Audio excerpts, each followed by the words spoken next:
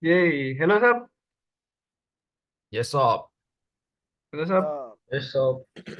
Ya sob. Ya, Sob, gimana kabarnya semua kalian Sob? Akhirnya kita bertemu kembali di Minggu Ceria yang sore ini ya. Jadi kita di sini eventnya sangat spesial ya karena kita kayak event perdana di bulan puasa yang di sini kita biasanya tuh malam-malam dan tiap Jumat sekarang kita diadain di hari Minggu sore. Nah, terus di sini kita apa namanya mau bakal FGD sebentar. Jadi kita FGD singkat tapi padat ya. Nah, sobat-sobat di sini, gimana kabarnya dari Kak Kevin Theodore, Kak Fatih, dan sobat-sobat lainnya? Luar Sehat biasa, sob. sob. Oke, terus kita, Angga eh, gimana kabarnya Angga nih? kabar gue gimana? Ada di Oh, surat sih kayaknya. waduh. Aduh. Surat kabar. Surat kabar luar biasa. Oke, kita jadi di sini kedatangan dari Kakak YI 23, Kak Ernita, gimana kabarnya Kak? Yeay, always. Baik. Kasih thumbs up. Oke, jadi selamat datang juga Fadel, Rara, Emma, Sofi. Gimana kabarnya Sofi? Apa namanya? Selamat datang kembali di FGD di Clean Water. Baik, Kak. Mantap Sob. Terus nih teman-teman sobat-sobat JI kita kedatangan tamu spesial ya. Jadi seorang expert di bidang planning, di bidang sekaligus sustainable eh, waste management and handling, yaitu Kak Baik Elsa. Mungkin Kak Baik ini udah ini ya sangat akarnya banget. Jadi kita mungkin bisa minta guidance atau kita bisa minta assistance dari Kak Baik yang punya perspektif dan punya pengalaman di bidang sustainability in general gitu. Halo Kak Baik, say hi to Kak Baik. Halo, Halo Ah, Kak asik. baik. Baik. Agak salah sih. Tapi jangan kayak, ya udahlah, oke. Oke. Oke, terima kasih buat partisipasinya Sobat dan Kak Baik semuanya. Oke, jadi di Minggu sore yang ceria ini kita bakal ngadain FGD Clean Water di mana sebelumnya itu kita sangat concern ya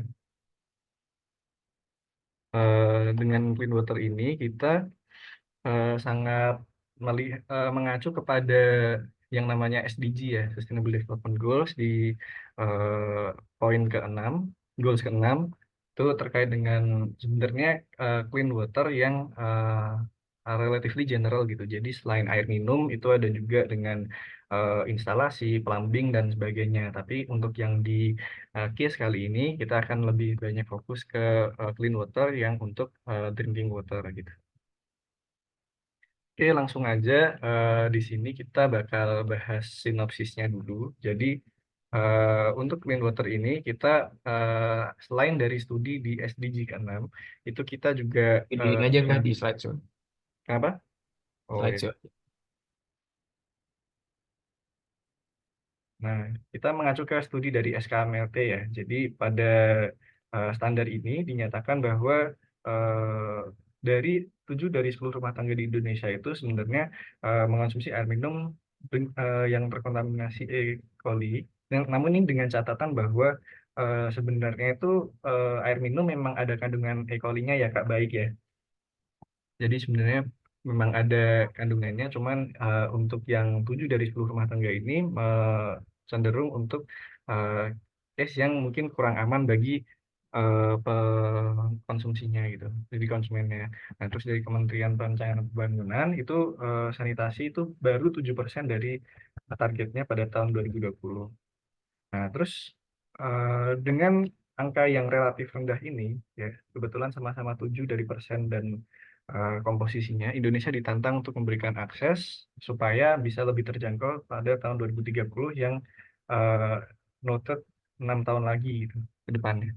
Nah, terus untuk menangani kesenjangan infrastruktur dan kualitas ini, maka kita sebagai sustainable community ya, as a Yo Universe, kita juga berusaha untuk conceptualize atau berusaha untuk seenggaknya ideate lah buat caranya tuh gimana sih buat kita itu untuk memastikan setiap tetes dari clean water tersebut mengalir ke semua rumah tangga dan ke konsumen-konsumen atau penduduk Indonesia gitu.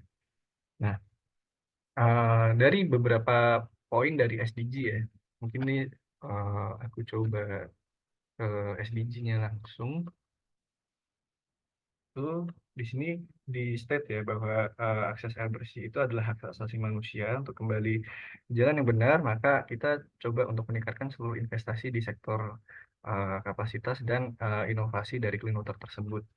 Nah, kemudian dari faktanya sendiri ini, dari cakupan 2030, ini yang dari global dulu ya sebelum ke Indonesia, jadi itu ada 6 kali lipat di bidang air minum, terus 5 kali di sanitasi dan 3 kali di kebersihan. Jadi emang air minum ini yang paling priority ya. Jadi sebanyak 6 kali untuk menjangkau target dari yang udah disasar pada tahun sekarang gitu.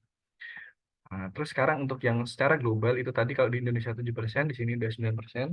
Dan untuk selain dari ketersediaan air bersih tadi, yang 7 dari 10 rumah tangga, ternyata memang itu acuannya kan kalau sumber air dunia kan ada dua ya, air tawar dan air asin. Nah, itu yang tawar itu hanya ternyata 0,5% gitu yang bisa diutilize.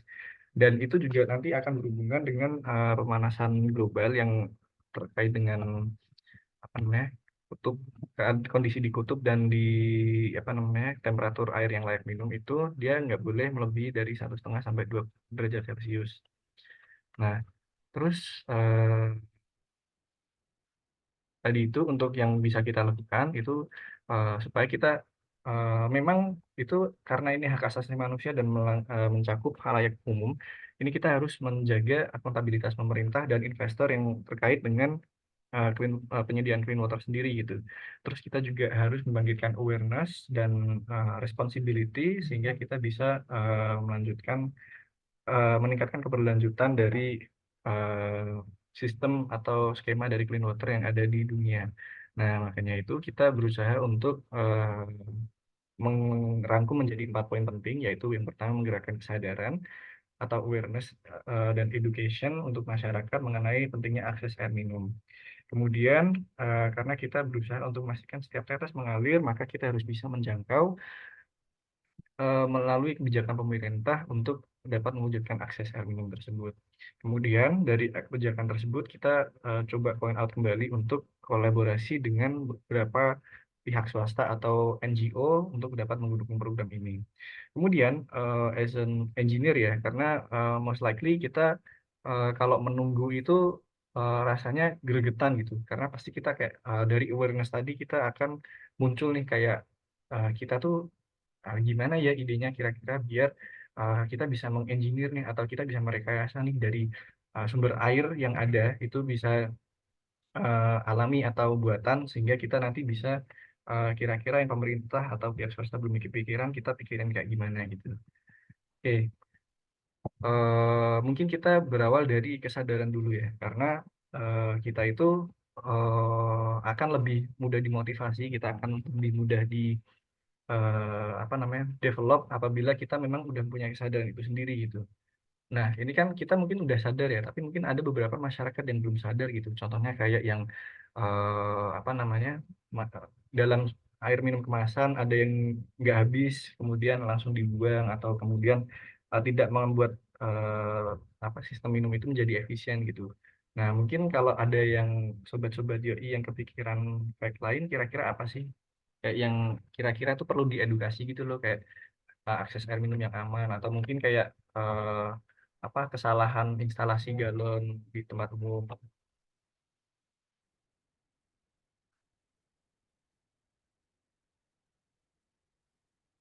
Angga, boleh konfirmasi dulu. Boleh. Jadi tuh kayak sebenarnya yang diminta ini tuh kayak kan tujuannya adalah menggerakkan kesadaran yaitu edukasi masyarakat tentang pentingnya akses air minum yang aman. Nah itu berarti yang kita coba himpun di sini tuh kayak inisiatif gitu. Kayak apa sih yang kayak kira-kira bisa kita lakukan untuk meningkatkan kesadaran masyarakat akan pentingnya air minum yang aman kayak gitu. Kayak inisiatif gitu atau gimana? eh Betul sih lebih ke inisiatif yang bisa sifatnya itu untuk awareness enhancement atau dari kitanya sendiri gitu kalau ada ide. I see. Oke.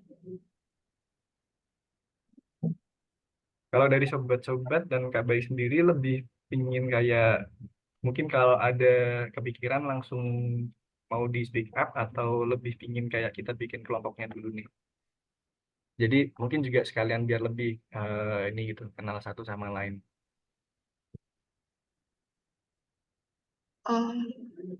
Ini berapa orang ya?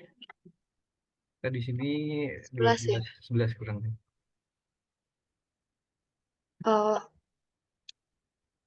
mungkin kalaupun dibagi kelompok, 2 kelompok aja kali ya, supaya nggak terlalu ini.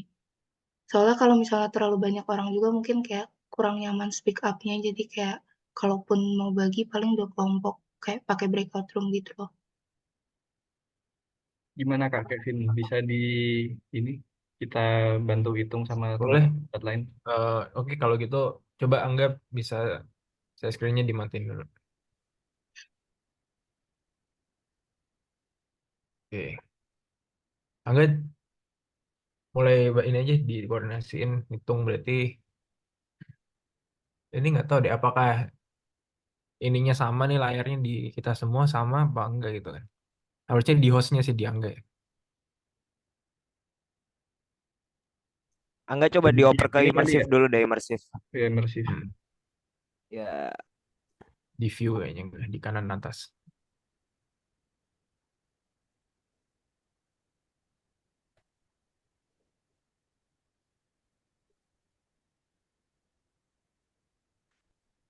Oke. Oke, berarti hitung dari Arin ya. Oh, Angga mau ngatur dulu tempat duduknya. Gini aja gitu. masa diatur tempat duduknya. kelihatan kelihatan settingan dong. Kelihatan settingan dong. Iya, iya. Kelihatan settingan. Oke, boleh. Berarti dari Angga 1, terus lanjut 2 dan berulang ya. Silakan. Enggak. Oke, aku 1. Berarti Ita ya. Ke mana nih? Ke bawah kiri dulu Oh, kali ya. Ita sini aja. 2. Ita 2. Nita 2. Baik 1. Baik, baik 1. Oh, oke, ngerti. Oke, ulangi Arin ulangi 2. aja. Semuanya udah walaupun ini jangan AFK ya. Ada semua nggak di sini? Mm-mm. Takutnya nggak ada deh. Oh Lanjut iya, Arin siap aja. dulu Arin baca 2 aku. nih. Oh, ya udah lanjut Oh, Arin ada. 3. Arin 2. Kevin 1. Oh, Aku 2. oke. Nadira, Sofi 1. Ingat Rara ingat ya guys. Heeh. Stop.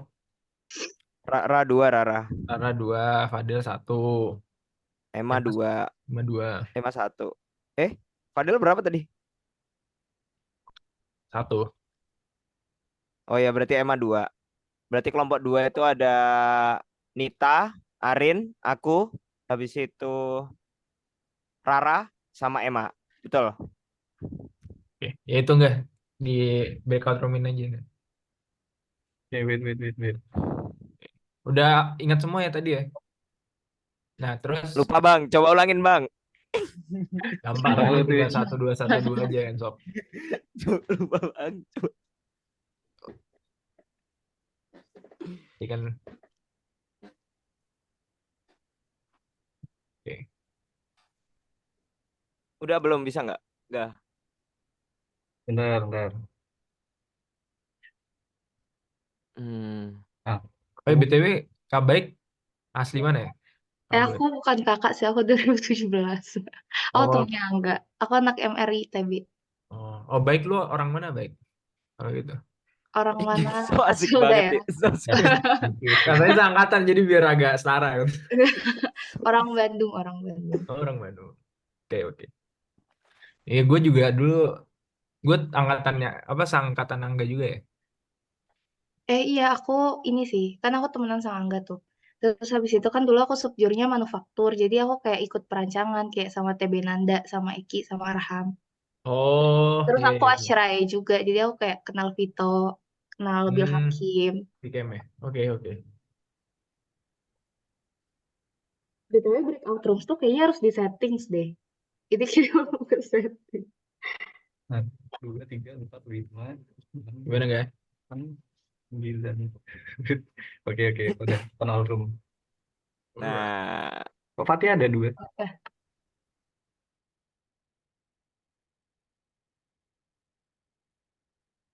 Oke.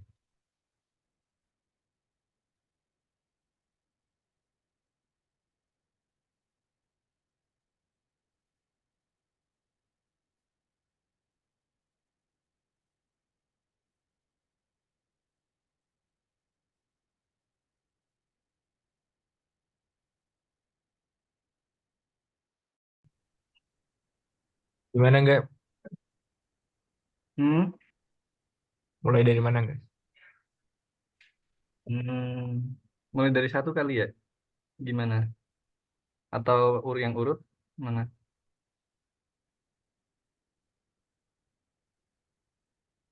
Oh, eh share screen lagi kali ya enggak. Jadi nanti kayak kan FGD kan biasanya harus ada lead-nya kan. Mm-mm. Biasanya ada lead, ada notulen. Nah, siapa yang mau role-nya sebagai leader, siapa yang mau perannya sebagai notulen gitu. Sisanya ini enggak sih, participate aja gitu. Boleh. Boleh mungkin mau Fadel atau Sofi yang Ya, jadi ngelitnya mau nggak? Fadel sama Sofi ada yang lagi on, mungkin mau nge-lead.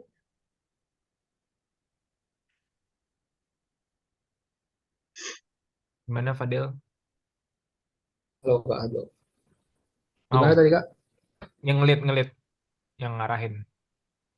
Bagi Oh, moderator lah kurang lebih. Basically ini sih, kayak bikin alurnya jadi terarah aja gitu. Kayak kita mau discuss Hmm. poin apa kali ini, next discuss poin apa, kayak gitu. Nah itu betul. Fadel oke nggak Fadel? oke Kak. Oke. Oke, berarti Angga nulis ya? Oke. Oke. Oke. Oke, Silakan Fadel. Del. Oh baik. Eh, mungkin langsung kita mulai aja ya Kak. Mm-mm. Hmm. Tadi itu kan udah dibuka sama Kak Kevin ya. Jadi itu kita sekarang bahas tentang menggerakkan kesadaran edukasi masyarakat tentang pentingnya akses air minum yang aman. Hmm. Nah, jadi tadi ini tujuannya ke inisiatif gitu ya. Iya, berarti kan ini kayak kita kan tadi kan ada main goals-nya itu kan untuk kayak gimana sih caranya bisa provide water yang aman gitu kan. Terus poin Ya. yang pertama tuh yang mau kita tackle tuh kayak menggerakkan kesadaran melalui edukasi masyarakat tentang pentingnya akses air minum yang aman. Nah, gimana caranya in this group tuh kita kayak bisa saling kayak kasih nih ide kita, gimana sih caranya supaya kita bisa educate masyarakat tentang pentingnya akses air minum yang aman kayak gitu sih. Oke tuh Sofi kayak raise hand gak sih?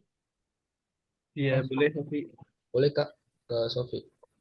Silakan. Oke, izin masuk ya, Kak. Ini langsung maparin aja kan yang mau dicatat. boleh. Iya Kak. Oke. Mungkin dari Sofi ada 2 poin. Yang pertama, kita bisa ngebangkitin kesadaran masyarakat atas ciri-ciri dari air bersih itu kayak gimana. Kan yang ciri-ciri air bersih itu ada 3 kan. Tidak berbau, tidak berasa, dan tidak berwarna. Mm-mm. Itu yang pertama. Terus yang keduanya, untuk mengakses air minum yang bersih sendiri, mungkin kita bisa edukasi kayak misalnya PHBS, perilaku hidup bersih dan sehat. Nah, PHBS itu kan kita kayak misalnya jamban yang bersih dan lain-lain, kita nggak buang air sembarangan di sungai misalnya kayak gitu. Itu kan kalau misalnya kita melakukan hal itu, khususnya yang di desa-desa ya, itu kan bakal tercemar gitu, jadi kotor Mm-mm. kayak gitu. Mungkin bisa diedukasi dari diri sendiri gitu. Mm-mm. Kasih.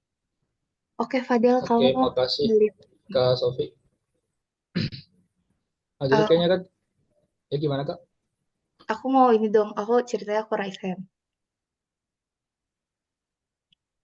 Ya Aku silakan Kak. Baik. Oke, kalau menurut aku sih kayak gini kan, kadang tuh manusia itu psikologinya tuh dia baru mau melakukan sesuatu ketika dia tahu bakal ada keburukan yang terjadi kalau misalnya itu tidak dilakukan kan. Jadi kalau menurut aku kayak mungkin salah satu cara buat meningkatkan awareness adalah menginformasikan tentang bahaya-bahaya air minum yang kotor. Air minum atau air apapun lah yang kotor gitu. Kayak bahayanya untuk kesehatan apa, untuk long term atau short termnya apa gitu. Oke, thank you. Mungkin yang lain. Makasih Kak. Oke, Padahal aku setuju sih sama Kak Baik tadi. Kan sebelum kita ngajarin mengapa air minum yang bersih itu aman, Hmm. kan lebih baik kita itu harus memberikan itu dulu penjelasan latar belakang kenapa air minum yang bersih itu aman. Nah, Hmm. nanti kita di situ masuk ke misalnya kayak bahaya-bahayanya atau dampak air yang kotor itu tadi dan mengapa Hmm. air bersih itu penting gitu. Del mau berpendapat Del. Silakan Kak Kevin. Oke, bener banget nih kayaknya sangat setuju dengan teman-teman yang lain tentang awareness dan diambilnya dari hal yang negatif atau kontranya gitu kan.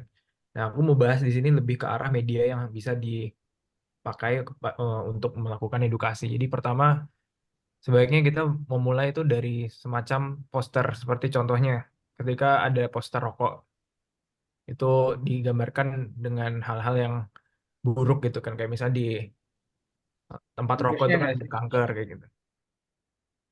Apa? Dibungkusnya. Di bungkusnya kan ada kayak Hmm. tenggorokan bolong kayak gitu-gitu kan.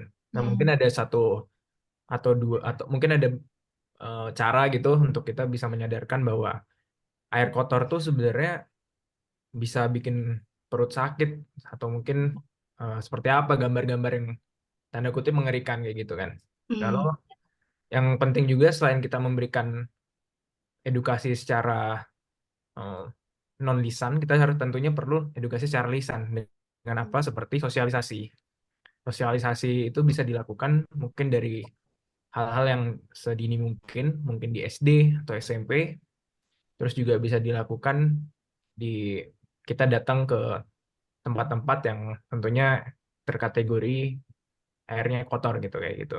Dan tentunya ini perlu sikap dari berbagai stakeholder ya. Contohnya Hmm. seperti masyarakat, terus pemerintah dalam hal ini mungkin PUPR ya di Kementerian PUPR di Dirjen Berdaya Air mungkin dan beberapa kementerian misalnya Kementerian LHK gitu dan berbagai macam stakeholder bahkan sampai pemerintah daerah. Mungkin seperti itu dulu. Thank you, Del. Mungkin Fadil aku boleh berpendapat lagi. Silakan Kak. Mungkin gini sih, kayak aku sangat mengapresiasi sih jawaban teman-teman tadi, dan aku ada saran mungkin untuk dari segi notulensinya, kalau kita bagi per bagian aja gimana. Soalnya kalau tadi, kalau yang aku dengar, itu kan ada kayak ciri air bersih, perilaku hidup sehat, itu kan jatuhnya konten ya, groupingnya. Jadi itu kayak Ya, menurut aku, oh kayaknya akan lebih cakep nih kalau dibikin grouping gitu. Jadi kalau yang kayaknya yang Angga tulis awareness ini groupingnya tuh di bagian konten, sedangkan yang tadi kok Kevin bilang tuh lebih kayak ke media atau cara gitu. Jadi kayak konten tuh ada tentang air bersih, ada tentang PHBS, terus ada bahaya dampak air minum yang di under kayak di bawah standar gitu. setuju setuju. Sama Biar yang lebih terstruktur. ya, nah mungkin yang bahaya juga bisa masuk konten enggak. Oke.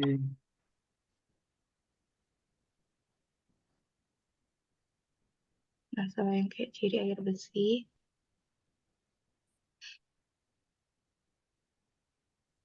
Nah, terus mungkin kalau jenis kontennya kayak ada, aku nangkapnya kalau yang tadi Kevin bilang tuh jatuhnya ini sih, apa sih namanya, kayak infografis gitu kan ya, poster-poster kayak maksudnya yang ngeliatin kayak Betul, betul. bahayanya kayak gini sih gitu kan. Betul. Terus mungkin kalau metode tuh baru sosialisasi, sedangkan kan kalau poster infografis tuh biasanya cenderung ke konten-konten media sosial lah ya yang paling easy gitu kan. Cuman kayak di sisi lain kan ada juga yang kayak bentuknya sosialisasi yang langsung ke stakeholdernya gitu. Iya, benar. Itu barangkali ada yang mau menambahkan. Ini untuk Natulannya boleh ikut ngomong. Apa? Aku Boleh boleh sih ikut harusnya. ngomong. Boleh Kak, boleh. Ya dari tadi soalnya udah ngomong juga sih. Sebenarnya melanggar aturan. Kalau mau nyanyi juga boleh nggak? Seorang lelaki. Oke. Oke, jadi kalau di kelas ini tadi berarti udah banyak banget ya kayak ininya ya, subtimnya ya. Ada konten, media, method gitu. Nah, terus kita perlu mikirin kira-kira kayak ininya juga nggak sih, kayak goals-nya gitu.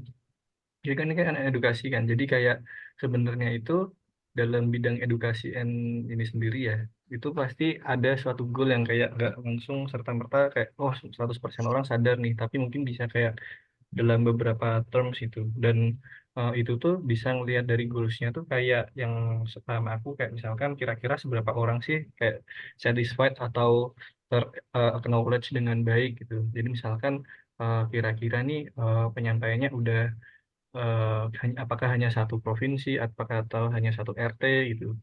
Itu kayaknya perlu ini sih kayak goalsnya tuh segmented gitu sih mungkin. Jadi bisa ngelihat ke segmennya, terus kemudian yang kedua juga mungkin melihat misalkan kita awareness nih kan ibaratnya kayak kita satu arah ya. Nah kita kan pingin nih misalkan dua arah nih kira-kira gimana. Jadi mungkin kita buka kayak feedback atau kira-kira kalau kita adain mini quiz atau kita adain kayak gimana ya supaya orang tuh bisa kayak sadar itu. Mungkin bisa juga pihak swasta nih bikin challenge nih kayak misalkan seberapa kamu tahu kalau air itu gimana gitu. Terus nanti misalkan nanti itu akan sebagai feedbacknya kalau siapa yang bisa menangin quiz itu nanti akan dapat reward. Gitu. Jadi kan itu lebih kayak education yang sustain gitu.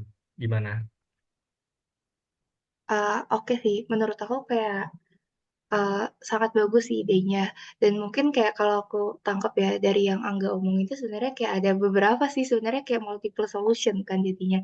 Kayak mungkin kalau yang tadi aku nangkep goals tuh kayak ini gak sih?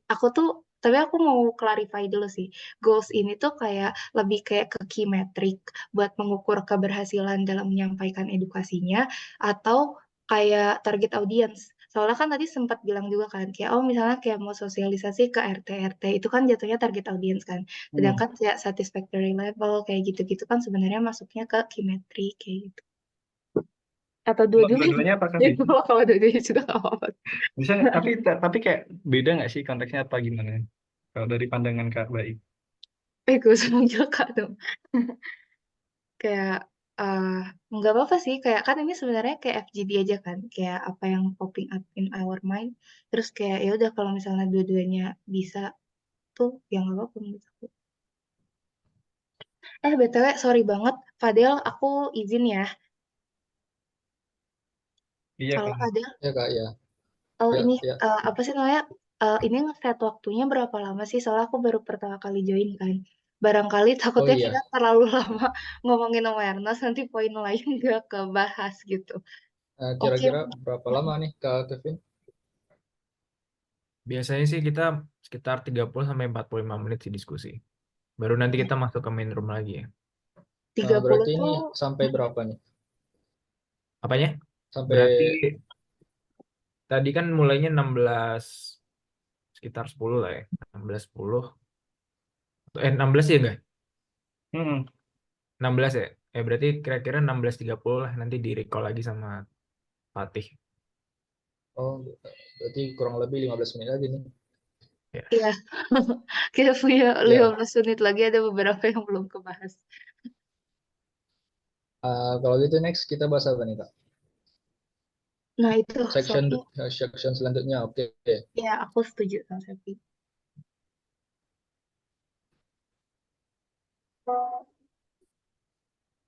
Oke, kalau penulis sih apa pengetik sih juga setuju-setuju ada sih. Mungkin langsung aja ya Kak. Oke. Oke. Mungkin mulai ke ini dulu sih Del, ke bawah dulu Kak. Nanti kalau kurang baru nambahin deh. Ini. Itu kan punya temen. Oh, Kita kita kan dua gimana? atas enggak? Oh, gitu. Nah, Oke, next kita bahas tentang keterjangkauan untuk semua kebijakan pemerintah dalam mewujudkan akses air minum yang terjangkau. mungkin Siapa nih yang aku pertama? pengen dulu deh karena Oke, tadi kayaknya silakan Kak. nyambung sama ya. Thank you Del. Oke. Oke, Sob. Jadi tadi kan sesuai dengan yang aku kasih opini di sebelumnya, bahwa stakeholders itu adalah satu hal yang penting gitu. Terutama mungkin yang di dalam pikiranku saat ini ada dua ya kementerian ya.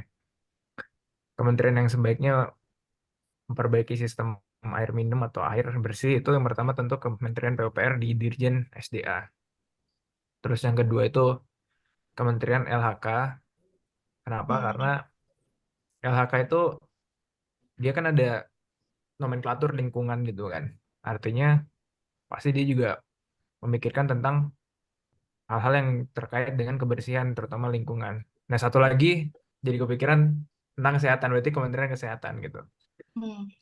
Artinya berarti kalau kita mau ngomongin kebijakan atau standar air bersih di Indonesia, mungkin dari tiga kementerian ini adalah kementerian yang cukup mempunyai power untuk mengintervensi air minum atau air yang sehat ada di Indonesia gitu sih mungkin. Pendapatku dulu, Del.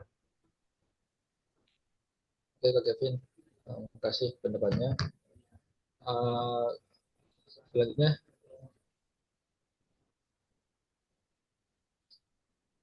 kita ini mungkin membahas ininya ya, kebijakannya langsung atau gimana, Kak?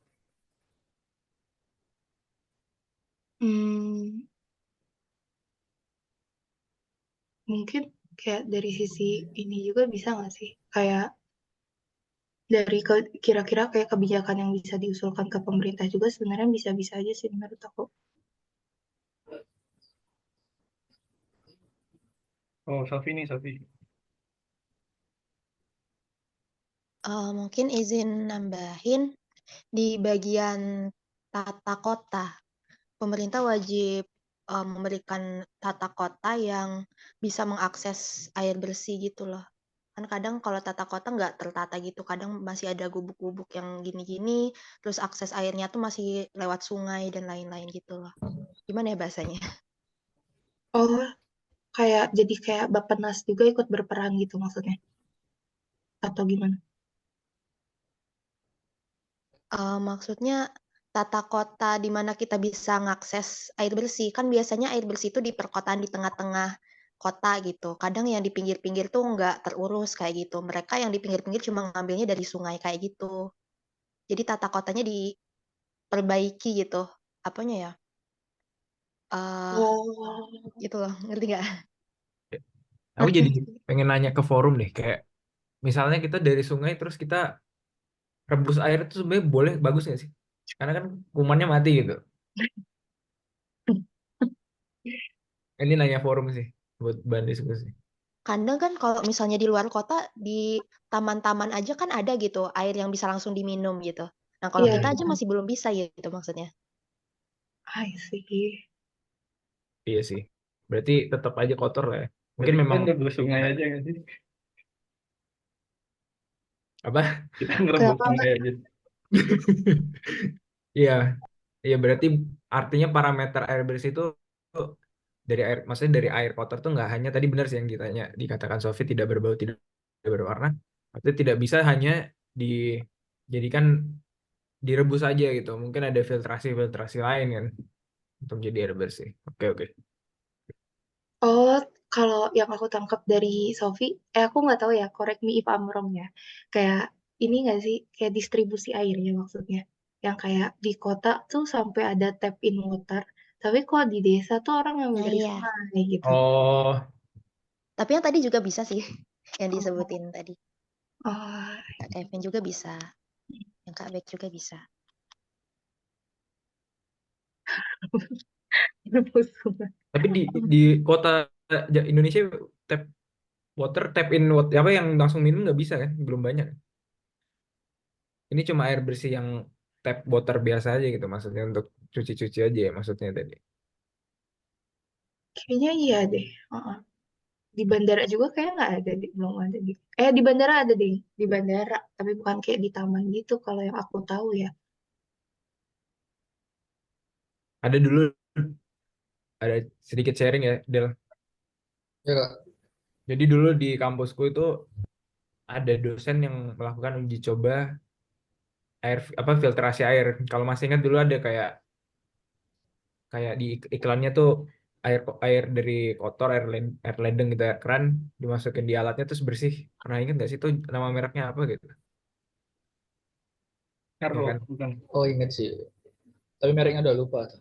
Iya, nah itu kan. Terus dipakailah sama dosen di kampus tuh gitu kan. Terus setelah diuji coba, oke udah banyak yang nyoba gitu kan, sekitar seminggu kalau nggak salah.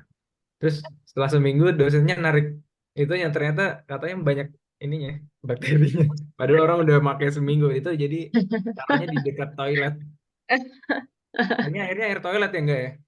Weh, kata siapa? Dekat Bukan, dengan bukan berarti soalnya taruh di dekat toilet. toilet sih itu ya. Air yang bisa diminumnya itu. Nah itu agak ngeri gini juga sih kalau alatnya nggak teruji kayak gitu. Oh berarti itu teknologinya belum itu ya, belum benar. Ya ini Soalnya kan sharing aja katanya sih. pasti bisa diminum gitu. Iya, jadi dia taruh teknologinya, dosen itu taruh di dekat toilet kan. Nah, air keran yang di dekat toilet itu bisa diminum. Ya. Dia mengklaimnya saat itu gitu. Akhirnya seminggu ditaruh, dicoba lah sama beberapa mahasiswa ya, sama mahasiswi. Oh, Taunya ditarik lagi, nggak dipakai lagi seminggu karena ternyata ada Escherichia coli-nya. Ngeri banget sih itu. Takutnya itu air dari toilet kan, itu yang agak ngeri. Di apa sirkular kan gitu. Oke, itulah itu intermezzo dikit lah untuk forum. kalau semua orang, semua penduduk dikasih kayak gini aja gimana? Jadi pasti bersih kayaknya ya. Portable water filter ya. Tapi bedanya ini kan kayaknya sungainya kalau di dekat gunung lebih bersih dibanding sungai di kota itu air kotor kan. Setuju Setuju, sih, benar. benar juga ya.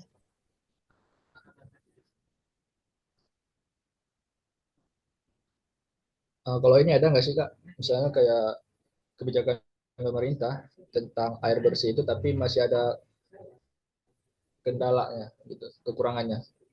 Ada nggak sih itu? Kekurangan ini pemerintah ya. Iya. Hmm. Soalnya kan kemarin tuh padahal ada lihat juga itu kayak yang dibilang Kak Sofi tadi, akses air bersih itu belum merata gitu Kak. Termasuk yang di Jakarta itu misalnya Kampung Bayam tuh. Mereka itu aja uh, filtrasi airnya itu masih bikin sendiri pakai batu Ah, gitu. I see. Iya sih, benar nggak sih? Jatuhnya kayak balik lagi ke distribusi nggak sih? Kayak maksudnya pemerataan distribusi air bersih nggak sih? Atau gimana? Iya iya iya betul Kak. Hmm.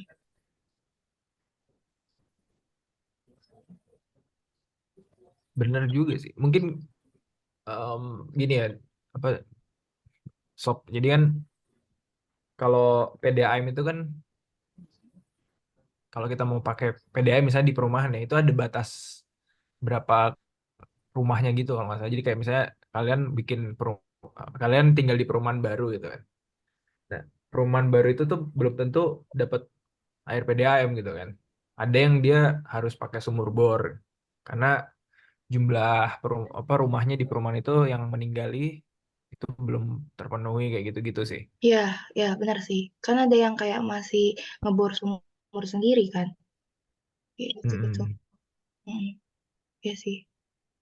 Bagus-bagus kayak tentang pemerataan air bersih kan maksudnya kayak kayak kita menyadari bahwa masalahnya itu belum merata gitu. Kayak in short.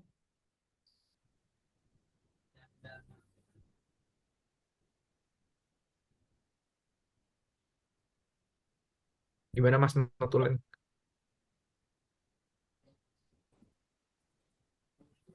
Ya, tadi berarti PDAM bisa Yang nih harus lebih ke semua rumah, menetapkan kebijakan di semua rumah apa gimana?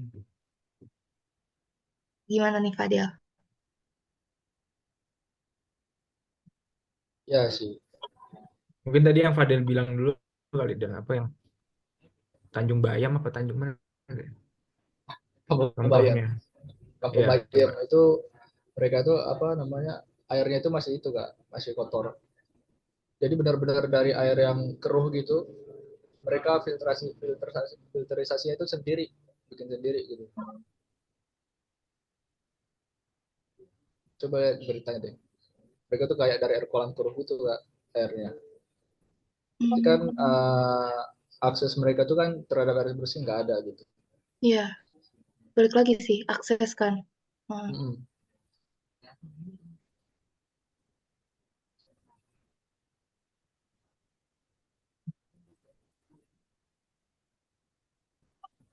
Tapi kan masalahnya kalau di tempat-tempat kayak tadi itu uh, kendalanya tadi itu udah lama banget, tapi nggak terselesaikan gitu. Bener juga ya, kayak dari dulu masalahnya itu aja gitu ya. Tapi kayak kok nggak Ya, kelar gitu.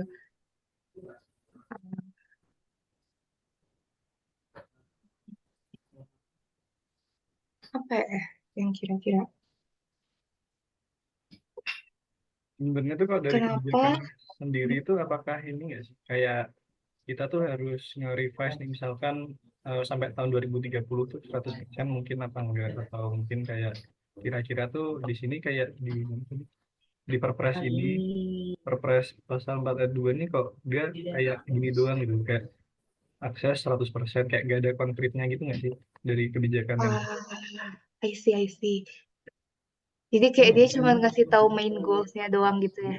iya Maksudnya gitu kalau sih. nggak di breakdown jadi step by step tuh jadi agak nggak doable gitu ya. Ya jadi kita kan kayak nggak terlalu jelas juga mau gimana melakukan atau kayak yang vivid smartnya gitu. Iya ya, aku ngerti, aku ngerti. Oh iya, berarti mungkin itu deh bisa jadi kayak salah satu usulannya adalah kalau bikin kebijakan tuh yang lebih smart gitu. Smart tuh SMART kan maksudnya Betul kan. betul. Iya, iya ya. bukan pintar gitu kan, tapi SMART. Kayak maksudnya mungkin ya dari apa? Ya dalam pembuatan goals-nya kan kayak dibikin lebih ini aja gitu. Lebih achievable.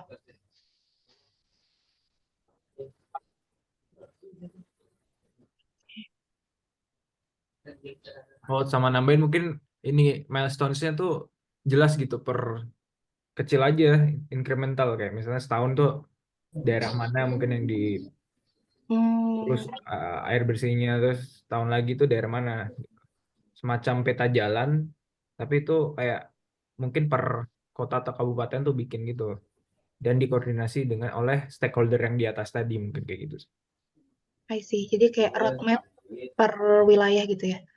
Mm-mm. Dan incremental ya, dia juga kecil-kecil aja. Setuju sih, setuju. Itu kayaknya kalau di tentang akses air minum itu belum ada ya.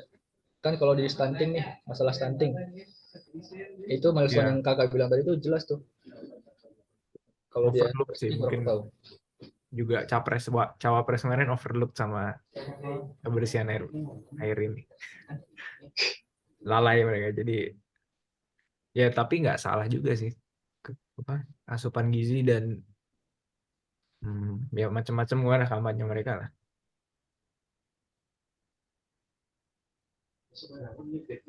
Kira-kira ada lagi nggak nih kak?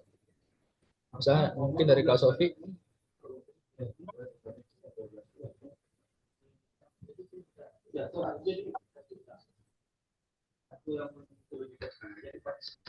Besok ini BTW sampai 16.45 karena info dari sebelah masih belum selesai. Oke. Oke, Atau kita gimana Fadil? Apa kita next point terus baru kalau ada yang mau ditambahin nanti iterasi lagi aja sesuai sarannya Shofi. boleh sih. Kita next aja dulu ya kak. Tapi Next kemana? Kita next section kak. Topik Di ya? slide selanjutnya. slide selanjutnya enggak? Ini oh udah ada isinya. Enggak, Gimana? dua atas dua bawah dibaginya jadinya. Nanti kita diskusinya di main room. Oh gitu. Oh gitu. Mungkin kita dalemin aja, mungkin dia atasnya lagi diulangi lagi. Nanti kan siapa tahu ada insight baru. Oke. Mungkin yang ke atas tadi kak.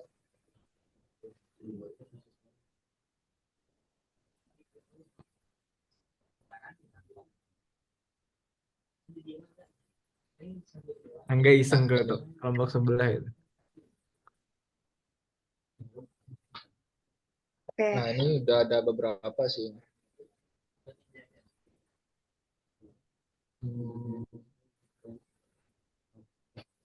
Ads itu Tadi termasuk yang method atau media atau action ya? Aku sih mikirnya kalau aku mikirnya kalau method offline atau online aja nggak sih? Kan kalau sosialisasi stakeholder nggak mungkin nih online doang kayak bisa nangkep target audiensnya gitu kan. Berarti Jadi dua-duanya. kayak sosialisasi online dan offline gitu. Kalau online kan kayak cenderung target audiensnya masyarakat umum. Sedangkan kalau offline tuh beneran kayak orang yang punya kuasa kan, punya power gitu. Kayak ini gitu ya, apa? Rapat RPS. Ya kayak aku nggak tahu ya kalau ke pemerintahan tuh kayak bakal ada forum anak muda yang boleh memberikan pendapat itu aku kurang tahu sih. Tapi barangkali yang kayak apa sih namanya? Yang waktu kayak aku ngebayanginnya kampanyenya Anies itu loh. Kan ada kan yang kayak dia ngomong sama calon pemerintah tuh kayak ngasih tahu aspirasinya barangkali ada yang kayak gitu-gitu gitu. Hmm, Kayak desak Anies ya namanya lupa di gue. iya.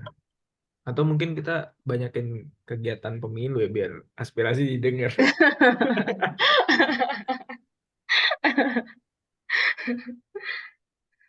Oh iya benar tuh kan ada YOI FGD kan. Ya barangkali YOI kan nanti kayak apa sih in the future-nya kayak bisa dapat akses ke pemerintah gitu kan. Kayak, nggak tahu. Keymetrics, targeted audience segment, rewarding for achievement.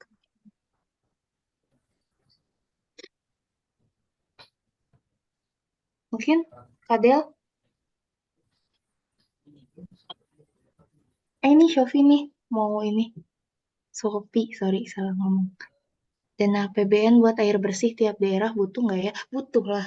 Soalnya kan kayak sebenarnya bisa jadi ya, aku nggak tahu kan kayak sebenarnya akar masalahnya apa, tapi kan bisa jadi kayak nggak terdistribusi secara merata karena nggak punya duit nih bikin infrastrukturnya, ya nggak sih? Nggak tahu kayak bisa jadi aja. Nah itu aku betul nyambung betul betul. nyambung baik ya. Keren sih, ya itu Kalau idenya di Sophie. kalau di era APBN sekarang tahu nggak itu kira-kira berapa Harus dibuka sih. porsinya buat itu akses air minum Ya, ini? coba kita cek. Gitu.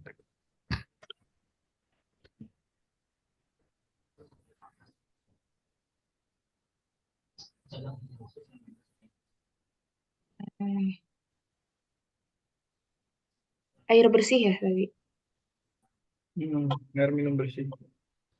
Air minum bersih.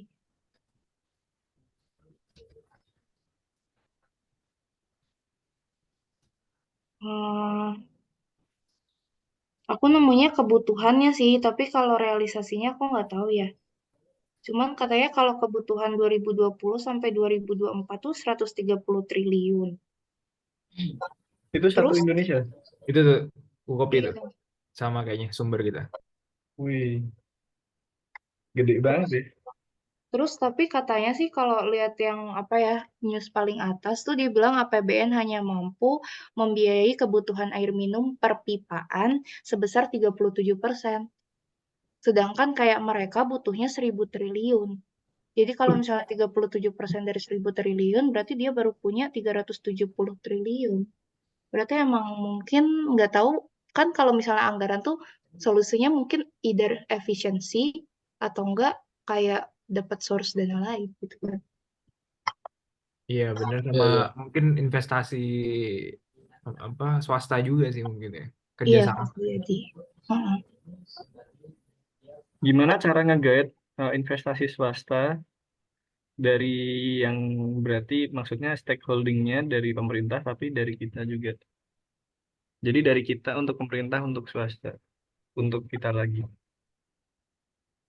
Hmm, untuk menggayat, kalau investment kan kayak orang ngasih duit, pasti dia pengen return nggak sih? Mm-mm. Returnnya tuh bisa kayak beneran bentuknya percentage duit yang bakal didapat, atau mungkin kayak bakal ada ini sih, atau enggak ini sih aku kepikiran kalau swasta kadang tuh CSR itu loh, corporate social responsibility. Ya kan biasanya kalau Mm-mm. perusahaan-perusahaan gede tuh mereka tuh punya ini CSR khusus kan, dari kayak keuntungan mereka mereka pakai buat apa sih namanya, kesejahteraan masyarakat lah, kayak give back to society gitu. Barangkali kayak bisa dapat duit dari CSR juga. Ya, CSR tuh ngaruh banget sih. Kayak di swasta aja biasanya dari kekaryawanan aja, kayak pemerintah nih minta supaya tenaga kerja lokalnya supaya masuk ke ininya gitu. Sebenarnya tuh pemerintah tuh punya lokal power dalam itu gitu. Jadi misalkan eh gimana ya, kayak swasta kan pasti kayak juga punya ini kan, RO installation, apa reverse osmosis, atau mungkin punya kayak intinya kan kadang kayak kan gampang aja kayak green label gitu. Kan perusahaan-perusahaan punya green label nih. Nah, gimana caranya supaya kayak mereka tuh terbebas dari indikasi green label itu dengan memang menyediakan air bersih, bantuan air bersih kita gitu. Hmm. Kan kayak pembangkit listrik gitu. Itu kan dia kan pakai steam ya, pakai air mungkin dari laut atau dari apa. Nah, itu kan nanti kan pasti dia ada pemurnian. Nah, itu daripada kayak emang di return ke laut lagi, mending kayak dipakai ke ini aja gitu. Ke apa, ke pengurus air atau PDAM gitu, biar difiltrasi lagi. I see. Kayak berarti poinnya tuh lebih ke intervensi pemerintah ya. Hmm. Kayak intervensi pemerintah kayak supaya bisa kayak cari opportunity, kira-kira gue dapat air dari mana lagi nih gitu, terus membuat kebijakan atas itu gitu. Yes, gitu.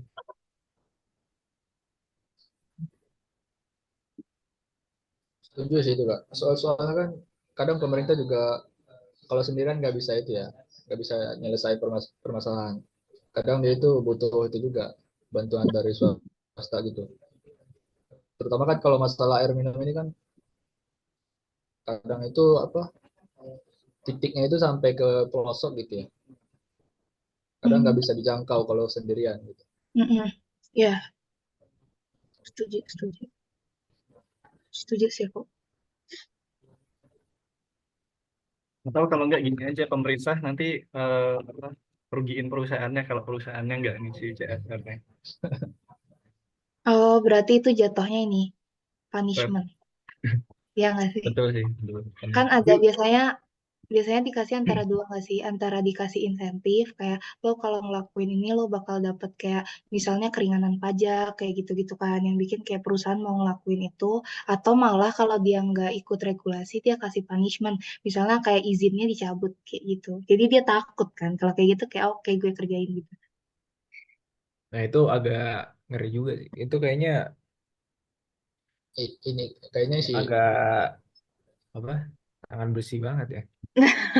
Iya sih, karena Atau mungkin gini ideation aja, aja. kayaknya solusi biar alternatifnya biar ya. ya Dibikin kayak mereka pertama tentu ini harus ada awareness dulu kan. Mm-mm. Entah dari staff-staffnya mereka yang speak up gitu kan. Semacam itu lah, speak up kalau airnya di perumahan mereka atau tempat tinggal mereka tuh kotor dan segala macam. Terus akhirnya juga ada dari pemerintah ya ngasih tahu bahwa data air bersih dan kawan-kawan itu sangat kurang di beberapa tempat. Sehingga nanti mungkin terdorong tuh, terutama untuk pabrik-pabrik yang di lingkungan sekitarnya tuh ada masalah tersebut gitu kan.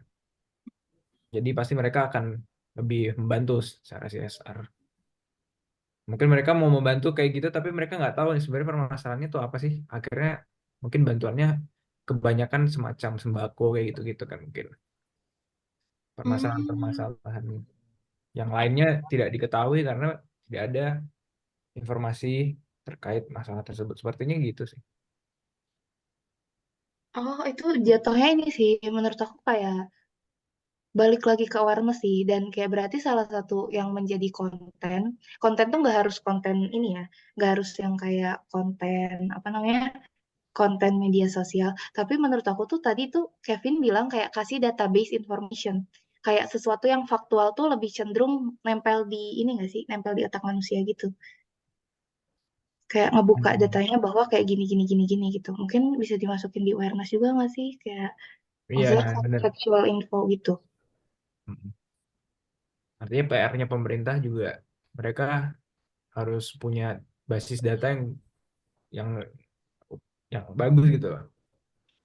Jangan sampai salah karena mencari data semacam itu hanya bisa dilakukan oleh pemerintah kan. Entah Hmm. BPS atau stakeholder yang kita tulis di sini, Hmm. itu effortnya gede banget sih kalau nyari data semacam ini. Hmm. I see. Tapi nggak apa-apa, untuk dimulai ini langkah yang bagus juga. Keren sih. Kak, izin nanya Kak. Iya. Itu kayak misalnya program award buat perusahaan swasta yang paling peduli SDGs gitu ada nggak sih? Bentar ya, coba kita pikir. Kayak company swasta yang ini SDG tadi. Yang paling peduli SDGs ya. Biasanya tuh Soalnya kan perusahaan kalau gede gitu. kalau kalau kita cuma nyediain punishment atau apa buat kepatuhan gitu kan mungkin dikritik tangan besi gitu. Jadi Hmm. mungkin lebih ke Oh, award gitu kan, oh, benar. penghargaan gitu. Oke, ini masuk nih. Ada, ini mau ini sih sebuah insight ya. Jadi kalau perusahaan industri itu ada namanya penghargaan industri hijau, ya kan? Tapi itu mungkin kalau industri kan lebih ke energi ya. Cuma ada, ini masuknya pasti kalau perusahaan itu kan pasti mereka butuh uang, loan, terus pinjaman, kredit dan kawan-kawan ya kan. Nah sekarang tuh kalau nggak salah rating kredit itu juga harus memasukkan tentang ESG kalau pernah dengar. Nah makanya beberapa Oh iya iya sih. perusahaan itu ESG kan. Ya. Terus beberapa perusahaan itu biasanya kalau dia ke perusahaan consulting gitu kan, itu sudah ada divisinya nih consulting manajemen nih. Mereka juga ada divisinya untuk gimana sih langkah untuk memperbaiki ESG-nya gitu kan. Nah, bisa tuh kayak misalnya tadi CSR ini adalah salah satu komponen ESG-nya. Sehingga nanti ESG-nya bisa naik, rating kreditnya juga naik, dia akan lebih mudah mencari kredit gitu kayak gitu. Contohnya. Nah, itu reward kan sebenarnya kayak gitu-gitu. Atau mungkin pemerintah menambahkan semacam rating SDG di perusahaan-perusahaan sehingga nanti dibikin misalnya levelnya A, B, C, D, E. Nah, kalau dia levelnya C ke A, itu berhak mendapatkan insentif berapa persen dari PPh-nya, misalnya kayak gitu. Pajak penghasilannya dipotong berapa persen. Ini kan sebuah langkah-langkah yang baik nih untuk dilakukan oleh pemerintah dan ini juga menguntungkan kedua belah pihak. Nah, kayak gitu sih. Jadi kalau tadi evolusinya diberikan punishment kayaknya kurang pas sih di Indonesia, apalagi negara demokratis dan tidak tangan besi. Nah, bahkan kalau dilakukan akan demo besar-besaran gitu. Jadi lebih baik diberikan insentif instead of punishment. Setuju.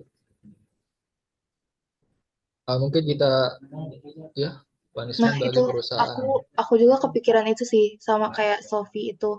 Kayak punishment bagi perusahaan yang tidak mengelola limbah pabrik ke air. Karena kayak itu jatuhnya ke ini nggak sih? Kayak ke responsibility dia. Kayak dia bisa dapat profit dari situ, tapi dia tuh merugikan lingkungan. Dan ruginya tuh bakal kayak, apa ya, tersebar ke masyarakat gitu loh. Dan kayak buat menangani itu kan nanti pemerintah butuh ngeluarin duit lagi kan. Jadi menurut aku kalau punishment mungkin degree of punishment-nya kali yang direvisi. Jadi kayak punishment itu tetap ada, tapi tuh kayak apa sih namanya? Tapi tuh kayak degree of punishment-nya nggak yang gila gitu. Jadi kan kayak yang Sophie tadi bilang ini, yang perusahaan bagi perusahaan yang tidak mengelola limbah pabrik ke air gitu. Nah, kalau ini setuju lah. Kalau ini kan berarti kebangetan gitu. Kalau tadi ratingnya A sampai E, ini udah E gitu kan. Hmm. Ya. Boleh lah. Mungkin punishment-nya ya tentu mereka harus salah satunya membuat rencana mitigasi ya, semacam itu gitu. Untuk tidak melakukan di kemudian hari. Hmm. Oke. Oke. Mungkin kita lihat slide terakhir, Kak. Kan waktunya mau habis nih.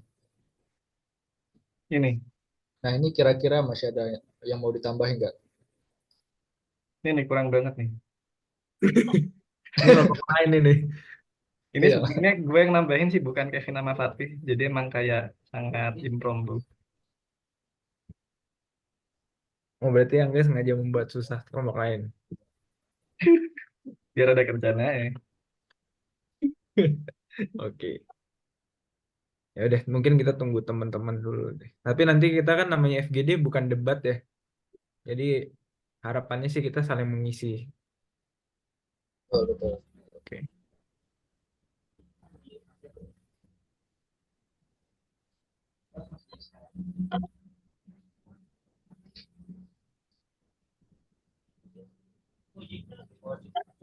Tapi aku ngertinya tuh kayak 2 slide pertama kita yang kerjain, 2 slide kedua next group gitu bukan sih? Atau gimana? Iya benar-benar. Ini kita Oh, lagi nunggu teman-teman sebelah. oh, I see. Oke. Ini kan kita lihat ini teman-teman sebelah ini. Ini Angga bilang tentang compliance ya. Aku sebenarnya rada nggak ngerti sih kayak istilah-istilah yang kayak exactnya. Cuman kayak, oh berarti compliance tuh lebih ke arah, Angga lebih ngerti lah ya standar-standaran gitu. Jadi kayak standar yang harus dipenuhi atau gimana? Jadi compliance tuh gini misalkan gampangnya, kayak misalkan sertifikasi ya. Nah, Nah, konteksnya buat perusahaan nih. Jadi kalau perusahaan memberikan sertifikasi ke karyawan, yang berarti hmm, karyawan ini pihak pertama, perusahaan pihak kedua. Ini kan berarti membuat hmm, suatu keputusan bersama. Nah, hmm. kalau memang salah satu itu melanggar dari keputusan tersebut, nah itu baru akan dikenakan punishment.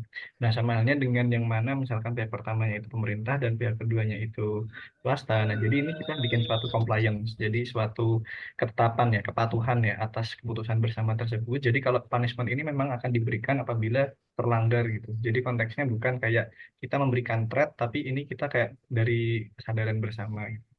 I Lebih see. ke rebrandingnya aja sih sebenarnya. Sama tapi punishment konsepnya. I see. I see. Oke, Oke, berarti yang dari tadi kita omongin compliance ya namanya. yes. Oke, sob ini sepertinya udah selesai. Kita balik ke main room aja ya. Oke, Buat sobat cewek. Oke. bye-bye.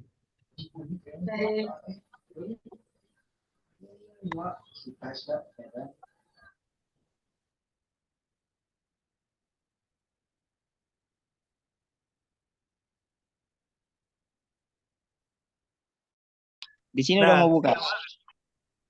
Enak banget nih. Ternyata diskusi kayak gini tiba-tiba udah jam 16.49.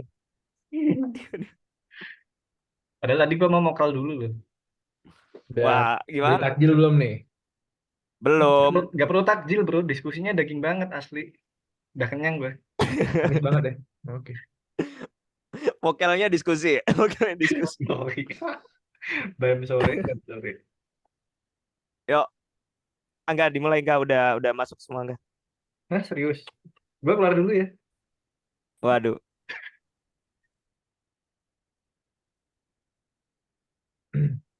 Masa udah semua sih?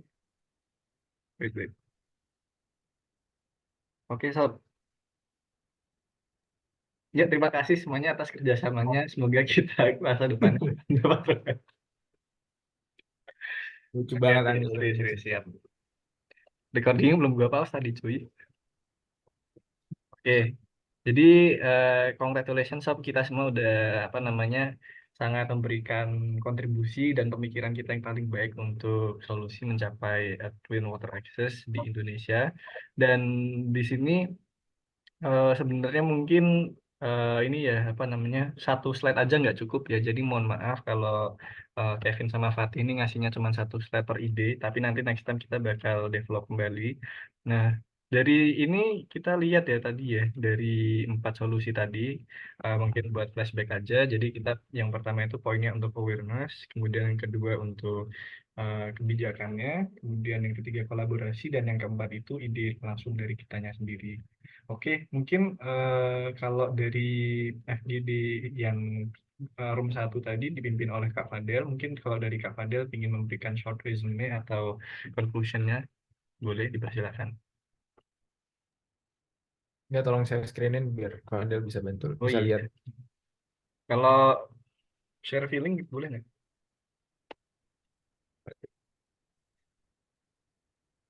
Kata-kata hari ini dong nggak? Hmm? Eh, Kata hari ini. daging.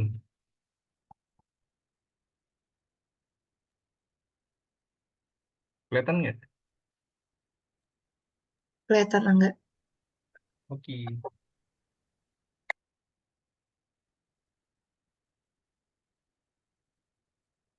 Jadi gimana dari room 1 ada yang mau memberikan tanggapannya dulu atau dipimpin Kak Fadel?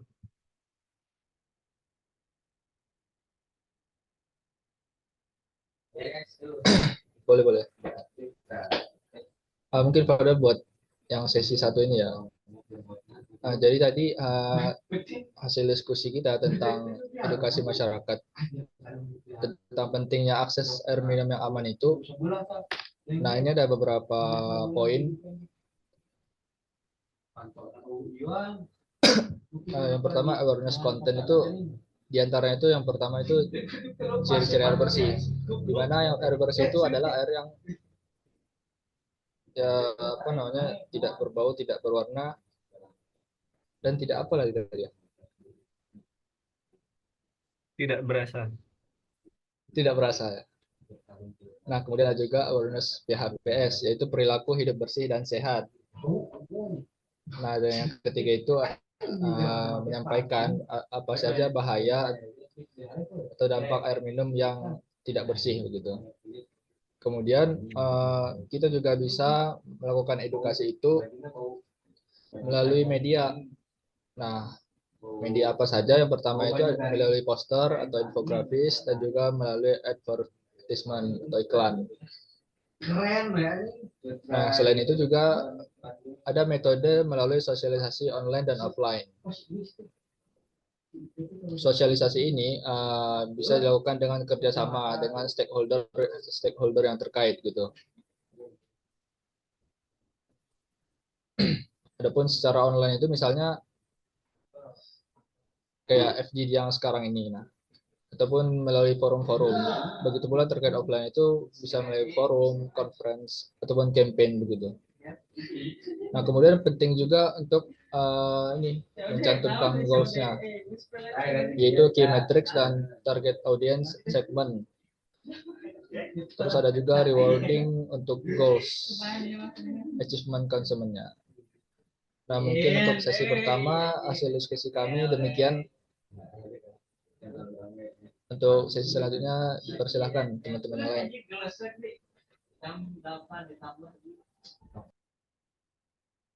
Kalian tadi mau di ini nggak? Mau dibahas nggak yang dana RAPBN tadi? Boleh nanti Boleh mungkin nggak? Boleh. aku tambahin ya. Apa aku dulu nanti mungkin baik tambahin. Oke. Jadi tadi kita udah diskusi nih ternyata alokasi untuk APBN itu ya dapat dilihat di layar ini ya. Kira-kira 130 T itu untuk pendanaan air minum untuk periode 2020 sampai 2024. Artinya untuk periode kepemimpinan presiden baru tentu ini harus didiskusikan lebih lanjut. Dan ini adalah peluang kita sebenarnya kalau misalnya kita punya akses kepada pemerintah yang nanti akan dibicarakan di poin selanjutnya.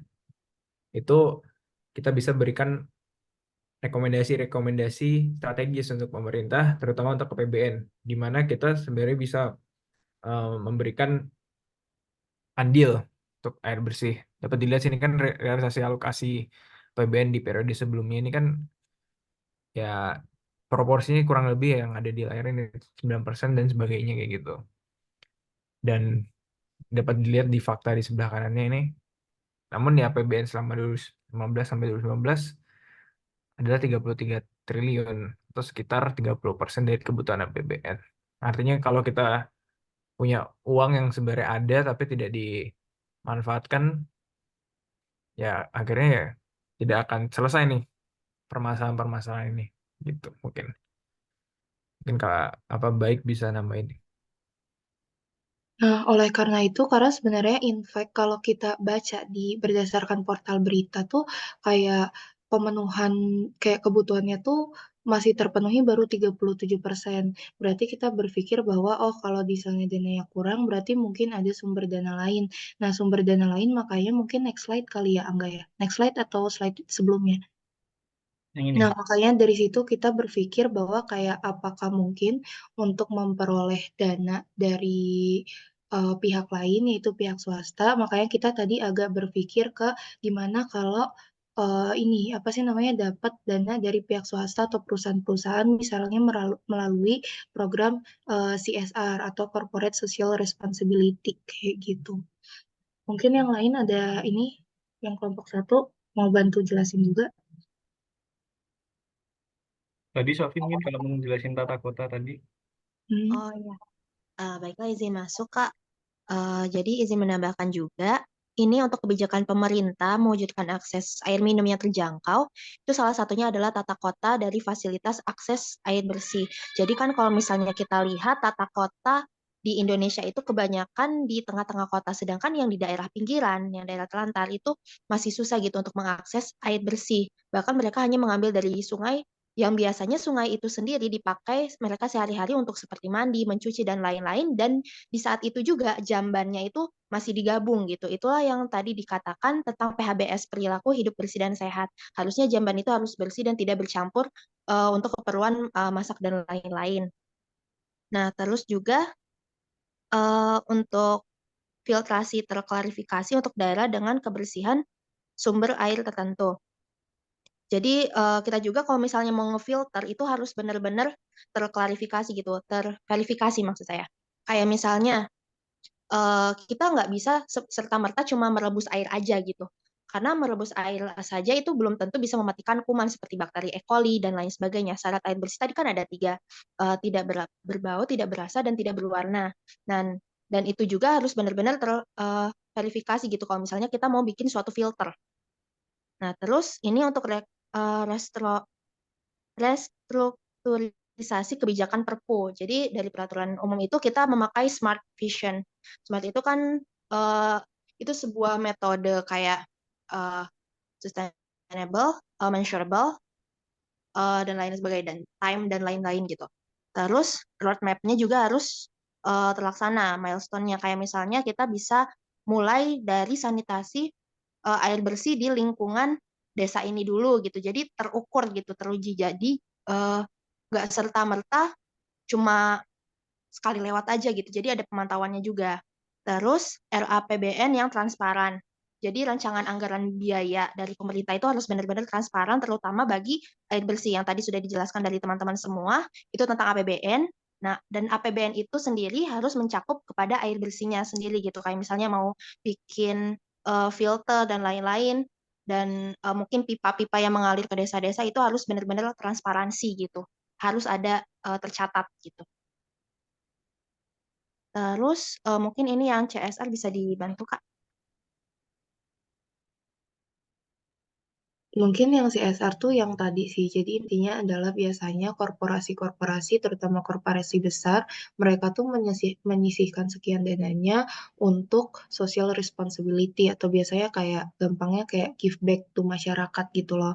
Nah, dana-dana itu yang biasanya dikucurkan buat beasiswa. Misalnya kayak Besoan Jarum itu kan dananya dari CSR yang kayak gitu-gitu. XL juga punya dan sebagainya. Dan mungkin kalau misalnya perusahaan-perusahaan yang emang ada eh, bahkan nggak harus perusahaan yang ada hubungan dengan air bersih aja sih, tapi perusahaan-perusahaan umum juga bisa mungkin kayak diajukan proposal untuk menyisihkan sebagian dananya untuk keperluan pembangunan infrastruktur air bersih ini kayak gitu. Mungkin yang insentif dan compliance Angga mau jelasin. Oh iya, kalau aku blurin boleh nggak? Ya, jadi tadi itu blurnya adalah pada compliance ya. Jadi kita itu kita pingin buat idea dari kita advice dari kita untuk pemerintah, untuk swasta, kemudian baru untuk kita gitu. Sebenarnya skemanya kayak gitu.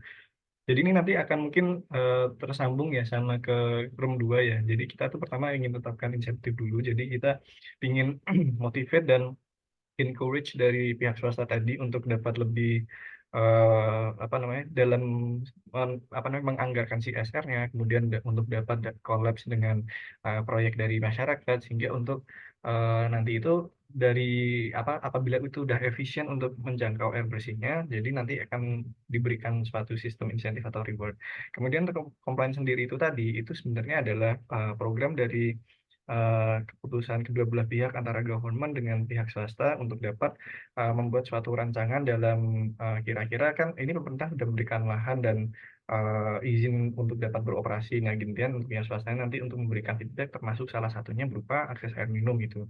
Nah, nanti mungkin akan banyak contohnya seperti RO, kemudian fasilitas lain. Nah, itu nanti intinya apabila swasta ini yang justru untuk violate dari compliance-nya atau keputusannya, nanti akan perlu untuk direview, kemudian consider untuk kira-kira nanti harus memberikan jenis feedback yang lain gitu. Mungkin misalkan kalau ikatan dinas kan nanti akan dikenakan denda, atau mungkin kalau bisa jadi nanti akan ada perubahan kontrak dan segala macam gitu. Kemudian maka dari itu pemerintah perlu secara berkala dan secara tersistematis untuk dapat merecord dari kira-kira advice atau feedback dari kita itu sendiri untuk dapat mengupdate ke Perpu, peraturan perundang-undangan atau ke compliance tersebut. Oke, kalau dari room 1 masih ada tambahan, nanti akan dilanjutkan juga sama room 2. Mungkin ada penutup dari kelompok 1 ini, ada quotes dari Audrey Hepburn ya. Jadi air adalah kehidupan dan air berarti kesehatan. Jadi kita harus menjaga kesehatan dengan memiliki air yang bersih. Terima kasih. Respect. Ya, terima kasih banyak atas partisipasi dan kontribusinya untuk room 1, Kak Kevin, Kak Baik, Kak Sofi, dan Fadel yang murid kita. Oke, kita mungkin bisa berikan ini untuk waktunya buat room 2, Kak Kevin dan Kak Fatih.